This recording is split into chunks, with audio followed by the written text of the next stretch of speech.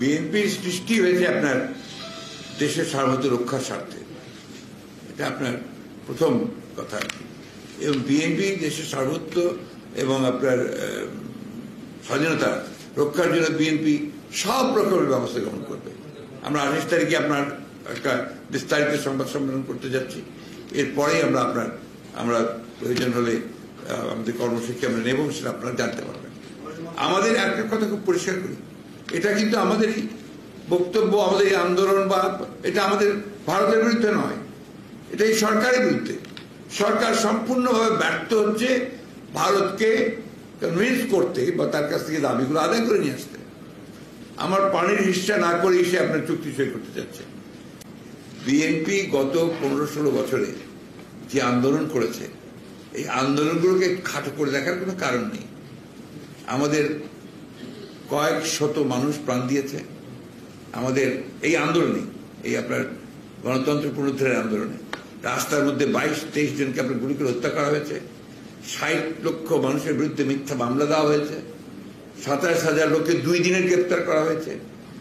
এই ভয়াবহ যে নিবর্তনমূলক ব্যাপার, আপনার নির্যাতনমূলক ব্যাপার, দমন নীতি, এটার কারণে হয়তোবা সাফল্য আসেনি এখন পর্যন্ত।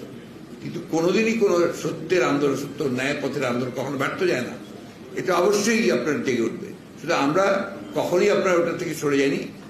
দেশনেত্রী বেগম খালেদা জিয়া হচ্ছেন গণতন্ত্রের প্রতীক, উনি হচ্ছেন ডেমোক্রেসির প্রতীক। তাকে মুক্ত করার মতো একটা প্রাথমিক দায়ী গণতন্ত্র মুক্ত করার মতোই। আমরা গণতন্ত্রের পক্ষ থেকে সরে যাইনি, আন্দোলনের পক্ষ থেকে সরে যাইনি, দেশনেত্রীর মুক্তির ব্যাপারে আন্দোলন করতে সরে যায়নি। এটা বাস্তবতা। সেই সিনোনিমাস উইথ ডেমোক্রেটিক মুভমেন্ট, এই দুটোকে আলাদা করে দেখা যাবে না। বিক্রি কিভাবে হলাম আমরা, প্রমাণটা কি? What is the example? আরে বিক্রি হলে তো আমরা সরকারে থাকতাম। কখনই না, দরজা খোলা থাকবে, কানেক্টিভিটি হবে, কিন্তু আমার স্বার্থ নিয়ে হবে, আমার স্বার্থকে বিসর্জন দিয়ে হবে না। আমার পানিকে বাদ দিয়ে কোনো চুক্তি হবে না। আপনি পানির ব্যাপারে কিছুই করছেন না, সীমান্তের লোক হত্যা করে মারছেন, মারছে তারা। আপনি কি বলেছেন? কয়টা কথা? এর মধ্যে একটা কথা আছে সীমান্ত হত্যার ব্যাপারে এই চুক্তিতে? একটাও নেই। এখানে আপনি কি বলবেন? উনি নিজেই বলেছেন যে আমি সব কিছু উজাড় করে দিয়ে দিয়েছি, বলে নেই আপনাদের? বলেছেন তো।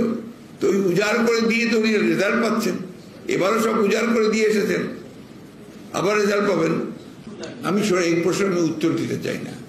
ওবায়দুল কাদের সাহেবের কোনো প্রশ্নেরই আমি উত্তর দিতে চাই না, কারণ ওনার প্রশ্নের উত্তর দিতে আমার আপনার ওই রুচিতে বাধে, কিছু মনে করবেন না। ধন্যবাদ।